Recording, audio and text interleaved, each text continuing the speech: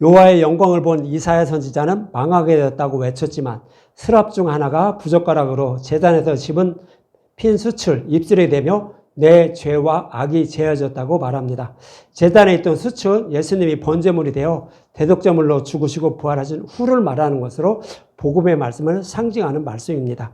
그래서 스랍이 이 복음의 말씀을 이사야 선지자 입에 넣어주고 깨달아 믿겠다는 뜻으로 내 악과 죄가 사해졌다라고 이렇게 말씀을 하고 있는 것입니다.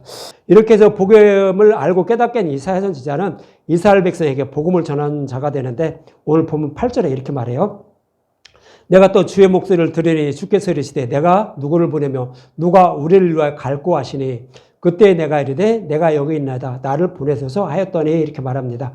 복음을 알지 못했던 이사야 선지자는 여호와의 영광인 복음을 만나자 죄가 드러나게 되어 망하게 되었다라고 외쳤지만 이제 비로소 복음을 알고 깨닫게 되어 복음을 전하는 전도자의 삶을 이렇게 살아가게 되는 그런 모습입니다. 이 모습은 뭐와 같아요? 다메섹 도상에서 사도 바울에게 빛을 비춰주니까 비로소 자신은 그 전에는 빛을 비춤을 받기 전에는 율법을 온전히 지키고 있으니까 구원받은 하나님의 백성으로 이렇게 착각하고 살아갔어요. 그런데 다메섹 도상에서 예수님이 사도 바울에게 빛을 비춰주니까 아 그것이 아니었구나. 나는 이런 더러운 죄인이구나. 비로소 알고 깨닫게 되는 거예요. 그런 이 모습과 같은 것이 이사야 선지자가 여호와의 영광을 바라본 모습과 똑같은 거예요. 그래서 저와 여러분들도 복음의 말씀을 만나기 전에는요. 나는 교회를 신실하게 다니고 목사님 말씀을 그대로 살아가니까 당연히 구원받은 하나님의 백성이라고 떳떳하게 살아가요. 그런데 실제로 이제 진리 말씀을 딱 듣게 되면 그때서 아 나는 더러운 죄인이었구나. 사도 바울처럼 이사야 선지자처럼 그렇게 깨닫게 돼서 이제 자기의 의를 드러내지 못하고 그냥 하나님만 의지하면서 이웃에게 복음을 전하는 그런 삶을 살아가는 그런 모습과 동일한 거예요. 그래서 사도 바울도 이렇게 됐지만 이사야 선지자도 전에는 의로운 사람이라고 생각했는데 복음을 딱 만나고 나니까 더러운 죄인에서 나는 망하게 되었다라고 이렇게 성경은 말씀하고 있는 것입니다. 이렇게 복음을 전하는 선지자로 세움을 받은 이사야에게 여호와 하나님은 이렇게 말씀하시는데 오늘 본문 9절과 10절에 이렇게 말하죠.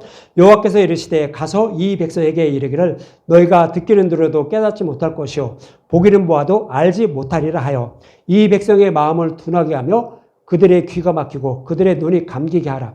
염려하건대 그들이 눈으로 보고 귀로 듣고 마음으로 깨닫고 다시 돌아와 고침을 받을까 하노라 하시로 그래요. 이렇게 여기 문자대로 그대로 보면 어떤 생각이 들죠? 이사야 선지자가 복음을 전하는데 잘못 전하라는 얘기로 그렇게 들어요. 그러니까 이 사람들이 듣고 복음으로 다시 돌아와서 그러니까 여호와께 돌아와서 구원받지 못하게 복음을 전하라는 그런 의미를 이렇게 받아들일 수가 있죠. 그런데 이 말씀은 그런 의미가 아닌 거예요. 다른 의미로 말씀을 하고 있는 거예요. 이 말씀은 이사야 선지자가 복음을 전하는데 백성들이 복음을 알고 깨닫지 못하도록 전하라는 뜻이 아니라 그들에게 아무리 복음을 전해도 그들 스스로의 힘으로는 복음으로 돌아오지 못한다는 거예요. 여호와께 돌아오지 못한다는 거예요. 네가 이사야 선지자 네가 가서 복음을 전한다고 해도 이 백성들은 스스로 여호와께 돌아오지 못한다는 의미로 이렇게 말씀을 하고 있는 거예요. 그래서 그 이유를요. 고린도후서 4장 3절과 4절에 이렇게 말해요. 우리가 복음의 말씀을 진리의 말씀을 들어도요. 스스로 여호와께 돌아가지 못하는 것. 다시 말씀드리면 스스로 믿음의 열매를 맺지 못하는 모습을 이렇게 말씀을 하고 있는 거예요. 고린도후서 4장 3절과 4절에 보면 만일 우리의 복음이 가리었으면 망하는 자들에게 가려진 것이라 그 중에 이 세상의 신이 믿지 아니하는 자들의 마음을 혼미하게 하여 그리스도의 영광의 복음의 광채가 비치지 못하게 함이니 그리스도는 하나님의 형상이라 그래요. 그래서 복음의 말씀을 우리가 듣는데요. 듣고 비치신 예수님에 대해서 알아야 되는데 듣지 못하게 방해하는 자가 있다는 거예요. 그것은 이 세상의 신이 그런다는 거예요. 이 세상의 신은 누구죠? 인류의 조상 아담과 하와가 선악과를 먹고 타락했어요. 그러니까 우리는 다 누구의 노예로 살아가요? 이 세상의 신은 사탄의 노예로 살아가요. 우리는 사탄의 노예로 살아가는 거 보이지도 않죠. 느끼지도 못하죠. 그러나 우리는 사탄의 노예로 살아가서 저렇게 빛이신 예수님에 대해서 아무리 전한다고 해도 우리 스스로는 빛이신 예수님에 대해서 몰라요. 무슨 얘기냐면 진리의 말씀이 무엇인지도 모르고요. 아무리 복음의 말씀을 듣는다고 이렇게 힘을 써도 이 안에서 믿음의 열매를 맺을 수 있는, 다시 말씀드리면은 예수님을 입으로 주라 시인하는 그런 시인하는 믿음을 갖지 못한다는 거예요. 스스로는 그렇게 갖지 못한다는 거예요. 그것을 방해하는 자가 누가 그렇게 한다? 이 세상의 신은 사탄이 그렇게 방해를 하고 있다라고 이렇게 말씀을 하고 있는 거예요. 그래서 이 모습은요, 예수님이 가르쳐 주신 씨 뿌리는 자의 비유를 통해서 말씀하고 있는 것과 똑같은 거예요. 그래서 타락한 아담과 하와의 후손들의 마음밭은요, 길가밭, 돌짝밭, 가시밭과 같아서 예수님이 아무리 복음 말씀을 전해 주어도요, 스스로는 믿음의 열매를 맺지 못해서 구원받지 못한다라고 말씀을 하고 있었던 거예요. 예수님도 그래도 씨 뿌리는 자의 비유를 통해서 말씀하고 있는 거예요. 그러나 들을 귀 있는 자, 내 백성만 그 말씀을 듣고 30배, 60배, 100배의 열매를 맺는다고 하죠. 자신의 백성만 그런다는 거예요. 자신의 백성은 성령이 오시는 거예요. 그래서 우리 마음밭에 깨끗하게 청소해 주시고 들은 복의 말씀을 깨달아 믿게 해서 믿음의 열매를 맺어서 구원해 주신다는 의미로 씨 뿌린 자의 비유에서도 동일하게 말씀을 하고 있는 거예요. 그래서 요 하나님은 이러한 의미에서 이사야 선지자가 가서 아무리 백성들에게 복음을 전해서 여호와께로 돌아오라고 한다라고 그렇게 한다 할지라도 돌아가지 못한다는 거예요.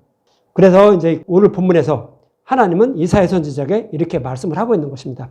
그래서 오늘 본문에서 말씀하신 말씀, 그 말씀을 인용해서요, 예수님은 요한복음 12장 37절과 40절에 이렇게 말씀하셔요. 오늘 본문의 말씀을 인용한 거예요. 예수님이 인용하셔서 이렇게 말씀하는 거예요. 요한복음 12장 37절과 38절 먼저 볼게요. 이렇게 많은 표적을 그들 앞에서 행하였으나 그를 믿지 아니하니 이는 선지자 이사야의 말씀을 이루려 하심이라. 이르되 주여 우리에게 들은 말을 누가 믿었으며 주의 팔이 누구에게 나타나나이까 하더라 그러죠. 예수님이 구약에서 약속하신 말씀대로 십자가에서 죽으시고 부활하셔서 그 복음으로 구원하실 것을요, 예수님이 요한복음에서 7가지 표적을 통하여 말씀해 주셨어요. 타락한 우리를 어떻게 구원할 것인지 그 7가지 표적을 통해서 말씀해 주셨는데, 그 표적을 본 이스라엘 백성들이 예수님이 약속하신 메시아임을 알지 못했다는 거예요. 영접하지 못했다라고 말씀하고 있는 거예요. 근데 그 이유를 말씀하는 거예요. 이들이 왜 그렇게 많은 표적을 행하여 주셨는데도 영접하지 못한 이유가 뭐는지 아니? 하면서 이사야 선지자가 이미 말했다는 거예요. 그래서 그런 말씀을 하고 있는 거예요. 그래서 이 모습은 마치 애굽에 있던 이스라엘 백성을 출애굽시키기 위해서 모세를 통하여 9가지 표적을 행하였으나 바로가 이스라엘 백성을 보내지 않는 모습과 똑같은 거예요. 모세를 통하여 하나님 기적과 이적을 9가지 표적을 통하여 애굽에서 내렸어요. 그런데 바로가 이스라엘 백성을 보내지 않는 모습과 똑같다고요. 여기서 바로는 사탄을 상징해요. 그래서 사탄이 자기의 종으로 살아가는 하나님의 백성인데도 그를 내어주지 않는 거예요. 9가지 표적을 통해 말씀하고 있는 거예요. 그러나 딱 10번째 표적, 그거만으로만 사탄은 우리를 노예에서 해방시켜서 하나님의 백성으로 보내준다라고 말씀하고 있는 거예요. 그래서 9가지 표적 그 일으키기 이전에는 뭐죠?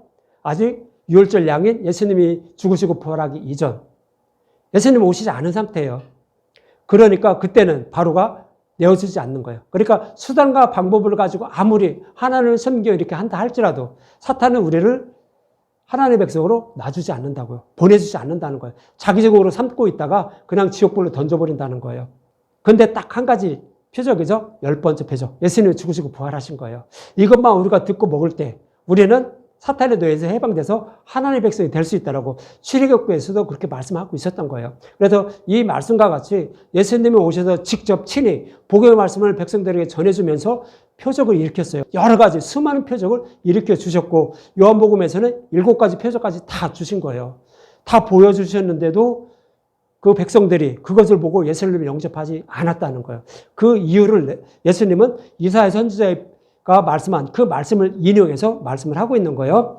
그래서 이러한 이스라엘 백성의 모습을 보고 이어지는 요한복음 12장 39절과 40절에 이렇게 말씀을 하고 있는 거예요. 그들이 믿지 못한, 그러니까 예수님을 영접하지 못한 이유를 설명하는 거예요.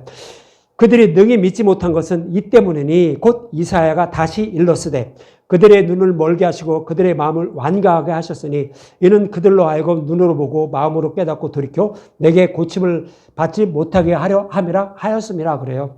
그래서 여기서도 이사야 선지자의 말씀을, 오늘 본문의 말씀을 인용해서 예수님이 말씀하고 있는 거예요. 예수님이 아무리 진리의 말씀을 전해주면서 표적을, 기적과 이적을 행하시면서 복음의 말씀을 가르쳐주고 자신이 약속까지 메시아임을 증거해 주셨는데도 그 모습을 보고도 이스라엘 백성들이 예수를 영접하지 못한 이유는 바로 그거라는 거예요. 우리의 스스로의 능력으로는, 스스로의 힘으로는 아무리 진리의 말씀을 듣는다고 해도요, 이것이 진리인 줄도 몰라요. 그래서 예수를 영접하지 못한다고 하는 거예요. 우리의 스스로는 예수님을 영접하지 못해서 구원받지 못한다는 거예요. 그럼 누가 해주셔야 돼요? 예수님이 간섭해 주셔야 돼요. 하나님이 오셔서 우리의 마음을 간섭해 주시고 진리의 길이 이거다라고 하면서 우리 이끌고 가셔야 돼요. 그래야만 우리는 복음의 말씀을 들어도 생명의 말씀이 무엇인지 알고 깨닫게 돼서 구원받게 된다라고 성경은 그렇게 말씀을 하고 있는 거예요. 그래서 아직 예수님이 이때 당시에도 죽으시고 부활하기 이전이에요. 아무리 표적을 해가지고 뭐를 한다 할지라도 예수님이 죽으시고 부활하신 이후에 그 복음의 말씀을 먹고 성경이 오셔야만 그 백성들이 예수님을 영접할 수가 있는 거예요. 그러니까 그 이전이니까 아직도 여러 가지 표적을 보고도 이 백성들이 예수님을 영접하지 못했다라고 이렇게 말씀을 하고 있는 거예요. 그래서 오전에도 말씀드렸지만 이 모습은 신명기 29장 2절과 4절의 모습과 똑같다고 말씀드렸죠. 신명기 29장 2절에서 4절 모세가 온 이스라엘 백성을 수집하고 그들에게 이르되 여호와께서 애굽 땅에서 너희의 목전에 바로와 그의 모든 신하와 그의 온 땅에 행하신 모든 일을 너희가 보았나니 곧 그 큰 시험과 이적과 큰 기사를 내 눈으로 보았느니라. 그러나 깨닫는 마음과 보는 눈과 듣는 귀는 오늘 여호와께서 너에게 주시 아니하셨느니라 그래요. 이스라엘 백성들은 모세에 속해서 광야 40년을 생활을 마쳤어요. 그랬는데 아직 믿음에 이르지 못했다는 거예요. 예수님이 누군지, 우리가 어떻게 약속의 땅으로 들어가는지 이거조차도 몰랐다는 거예요. 그렇게 수많은 표적과 기적을 일으키면서 이스라엘 백성들을 광야에서 예수님이 누군지, 하나님 누군지 알려줬어요.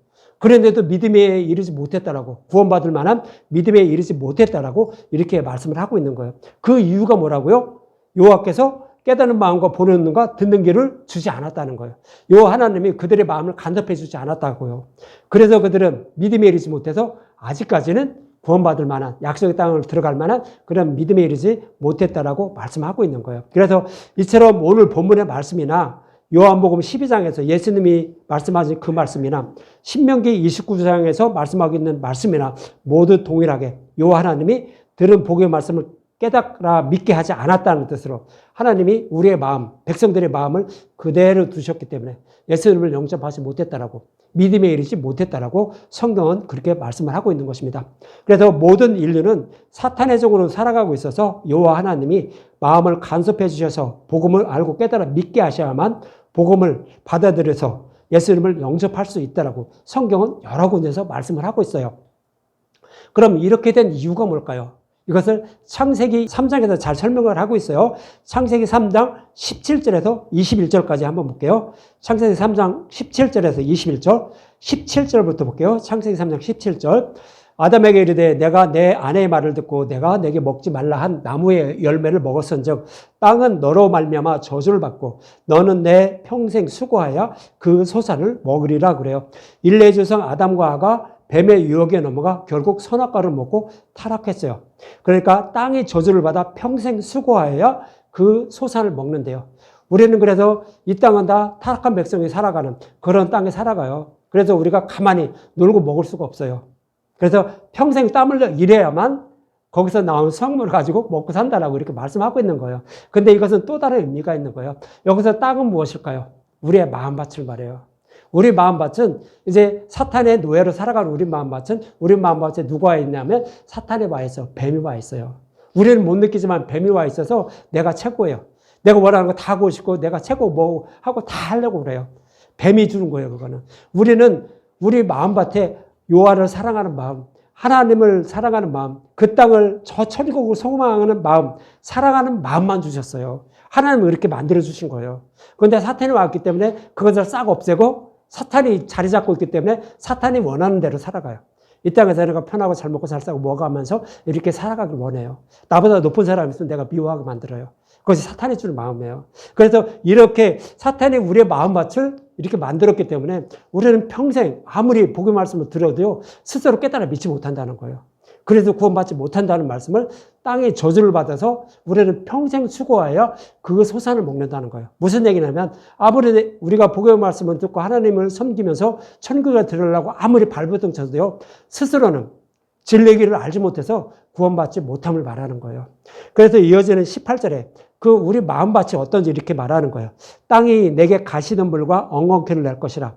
내가 먹을 것은 밭의 채소인즉 그라는 거예요. 여기서 땅은 우리 마음밭을 말하는 거예요. 우리 마음밭에 가시덤불과 엉겅퀴가 냈다고요. 가시덤불과 엉겅퀴가 나서요. 우리가 아무리 우리 마음밭을 막 개간하고 해서 씨를 뿌린 것을 해서 믿음의 열매를 맺게 하려고 해도 우리가 먹을 수 있는 것은 딱 한 가지밖에 없다는 거예요. 밭에 채소밖에 없다는 거예요.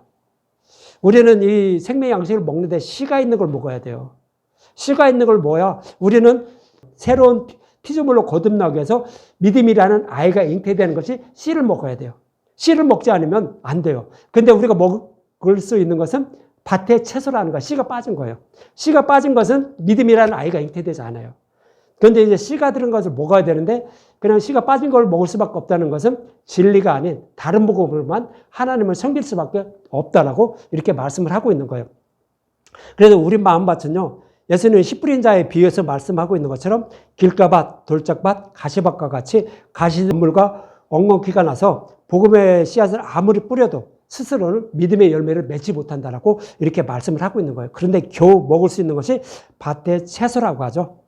그래도 밭의 채소니까 채소는 이제 짐승들만 먹는데 우리도 먹지만 그러니까 씨가 빠진 것은 그냥 짐승만 먹는 거예요. 밭의 채소를 이렇게 말씀하고 있는 그 구절이 어디냐면 창세기 1장 12절에 이렇게 말하고 있어요. 창세기 1장 12절 땅의 풀과 각기 종류의 대로 씨 맺는 채소와 각기 종류의 대로 씨 가진 열매 맺는 나무를 내니 하나님 보시기에 좋았더라 그래요. 창세기 셋째 날인데요. 예수님이 죽으시고 부활하여 자신의 백성 양육하실 땅 그것을 준비하시고요. 그 땅 위에 자신의 백성에게 먹여서 구원하여 주시기 위해서 여러 가지 생명의 양식을 준비하시는 모습이에요. 이것이 씨 맺는 채소, 풀, 그 다음에 씨 가진 열매 맺는 나무 이런 것들을 쫙 나게 했다는 거예요. 근데 여기에서요. 풀은 뭐를 상징하냐면 씨가 없어요. 물론 풀에도 씨가 있는데 이 말씀에 기록한 거에서 풀이라고 한 것은 씨 있는 풀이라고 하네요. 씨 맺는 풀이라고도 안 하고 그냥 풀이라고 한 것은 씨가 없다는 얘기예요. 이 풀은 뭐를 상징하냐면 율법을 상징해요. 어린아이들을 먹는 젖. 그러니까 어린아이들이 처음에 태어나면 뭐 먹어요? 젖 먹는 거예요. 이것은 율법이라고 하는 거예요. 성경에서는. 그래서 그거밖에 없다라고 이렇게 말씀을 하고 있는 거예요. 그래서 풀은 여기서 율법을 상징하고요. 씨 맺는 채소는 뭐죠? 율법으로 죄 이름을 깨닫고 복음을 듣기 시작한 거예요. 그러니까 복음에 눈을 뜨기 시작한 그 상태를 말하는 거예요. 이것은 부드러운 음식, 이유식과 같은 거예요. 이제 율법만 먹다가 복음을 먹기 위해서 그 중간 단계를 거쳐가는 모습, 이유식을 먹는 그런 모습이 씨 가진 채소, 그것을 먹는 거예요. 씨 맺는 채소, 그렇죠? 그리고 이제 그걸 먹고 나면 이제 씨 가진 열매 맺는 나무, 장성한 믿음을 가진 사람들이 먹는 단단한 음식을 먹어서 우리는 구원받게 된다라고 이렇게 말씀을 하고 있는 거예요. 그래서 여기서 오늘 본문에서 씨가 빠진 밭의 채소라고 하죠. 이것은 율법을 상징적으로 표현하고 있는 거예요. 이스라엘 백성들이 그렇게 수천 년 동안 율법으로 하나는 섬겼지만 그 속에 숨겨진 예수님을 찾아 먹지 못한 거예요. 그래서 씨 가진 열매 맺는 나무, 씨 가진 채소 이런 것을 먹지 못하고 그냥 율법만 먹은 거예요. 왜 그럴까요? 그들의 마음을 간섭해 주지 않았다는 거예요.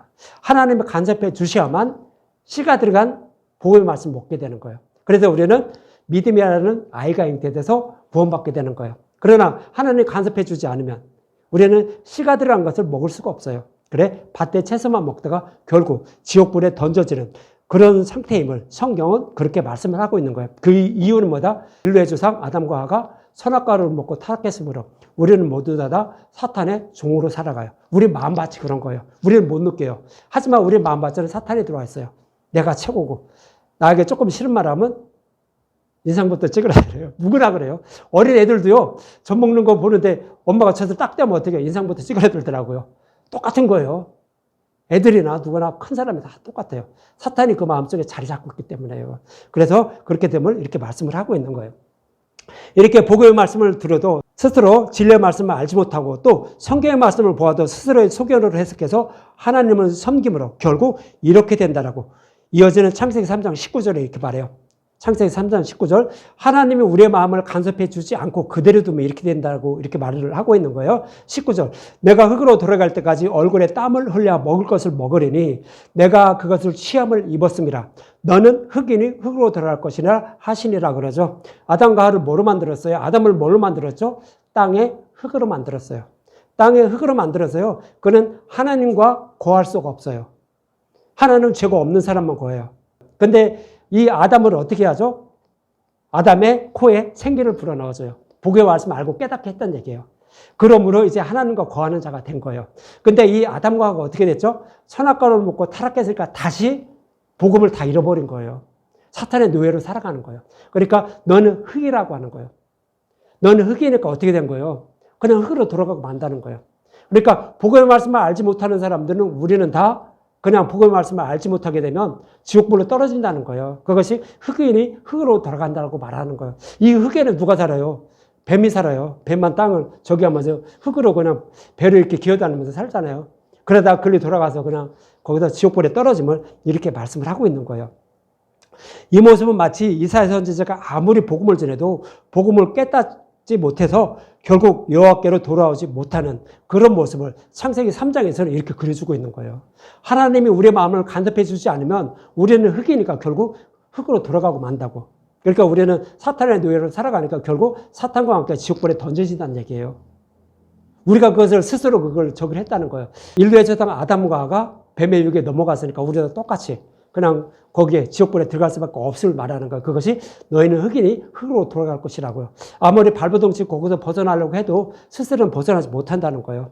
그래서 또 이사야 선지자가 이렇게 아무리 복음을 전해도 이스라엘 백성이 돌아오지 못하는 모습과 이 모습이고, 또 예수님과 모세가 많은 표적을 행하지만 표적이 지시하는 진리를 발휘하지 못해서 예수님을 영접하지 못하는 그런 모습과 똑같다는 거예요. 그래서 우리의 마음은요, 성령이 오셔서 간섭해 주셔야 돼요. 진리의 길로 인도해 주셔야만 우리는 복음의 말씀을 알고 깨달아 믿어서 구원받게 된다라고 성경은 그렇게 말씀을 하고 있는 거예요. 이렇게 스스로의 힘으로 여호와께 돌아가지 못해서 구원받지 못하는 이런 자들을 구원하기 위해서 이어지는 창세기 3장 20절에 이렇게 말씀을 하고 있는 거예요. 창세기 3장 20절. 아담이 그의 아내의 이름을 하와라 불렀으니 그는 모든 산자의 어머니가 됨이라 그래요. 하와를 산자의 어미라 불렀다는 것은 창세기 3장 15절에서 약속하신 메시아의 언약이죠. 여자의 후손으로 메시아를 보내서 뱀의 머리를 밟고 뱀의 머리를 밟는다는 것은요, 여자의 후손으로 약속하신 메시아를 보낸다는 것은 구약교회 이스라엘 백성의 후손으로 예수님을 보내주시는 거예요. 예수님은 그대로 오셨죠. 그래서 십자가에서 죽으시고 부활하시는 거예요. 이것이 뱀의 머리를 밟는 거예요. 사탄의 머리를 밟는다고요. 그렇게 약속하신 거예요. 그래서 그렇게 하시고 나서 그 복음으로 구원해 주신다는 말씀이 뭐예요? 모든 산자의 어미가 바로 하와라고 하는 거예요. 하와는 여자죠. 여자는 그냥 남자, 여자 이렇게 구분해서 하는 거 아니에요. 구약 교회를 말하는 거예요. 그래서 성격은 여자하면 물론 여자일 때도 있지만 대부분이 구약 교회, 신약 교회 이것을 상징적으로 표현하고 있는 거예요. 그래서 그의 후손들로 약속하신 메시아를 보내서 십자가에서 죽으시고 부활하셔서 그 복음으로 우리를 구원하실 것을 약속한 거예요. 그래서 이 약속의 말씀을 반드시 이루어주셔서 우리를 구원해 주신다는 거예요. 그래서 하와는 모든 산자의 어머니라고 하는 거예요. 그래서 그렇게 말씀을 하는 거예요. 그럼 이렇게 예수님을 죽으시고 부활하셔서 어떻게 구원해 주시는지 이어지는 21절에 이렇게 말하는 거예요. 21절. 요 하나님이 아담과 그의 아내를 위하여 가죽옷을 지어 입히시니라 그러죠. 요 하나님이 아담과 그의 아내를 위하여 가죽옷을 지어 입히신다는 것은 창세기 3장 15절의 말씀대로 여자의 후손으로 예수님이 오셔서 십자가에서 죽으시고 부활하여 뱀의 머리를 밟은 노량물, 복음의 말씀이죠. 이 복음의 말씀을 우리에게 알고 깨달아 믿게 하신다는 거예요. 그 복음의 말씀을 전해서 듣고 또 들으면 성령이 오셔서 깨달아 믿게 해서 구원해 주신다고요. 이 모습이 바로 여호와 하나님이 저와 여러분들에게 벌거벗은 부끄러움을 가려주기 위해서 가죽옷을 입혀주신다고 하는 거예요. 이 가죽옷은 복음의 말씀을 상징적으로 표현하고 있는 거예요. 예수님이 오셔서 십자가에서 죽으시고 부활하신 그 복음의 말씀을 전해서 듣고 깨달아 믿게 해서 우리를 구원하신다는 모습이 가죽옷을 지어 입히셨다고요. 누가 입히신 거예요? 여호와 하나님이. 그렇게 다 이루어주셔서 우리의 부끄러움을 가려주셔서 구원해 주신다라고 약속하신 거예요. 그래서 이 약속의 말씀대로 예수님이 이루어주셔야만 우리는 사탄의 노예에서 해방돼서 구원받을 수 있는 거예요. 우리의 스스로는요, 아무리 진리 말씀을 드려도 이게 진리인지 몰라요. 저도 요즘 이제 다른 사람들을 어떻게 복음을 전하는지요, 다른 목사님들이 하여튼 시간 나면 그걸 계속 들어요. 근데 내 머리가 혼란스러워요.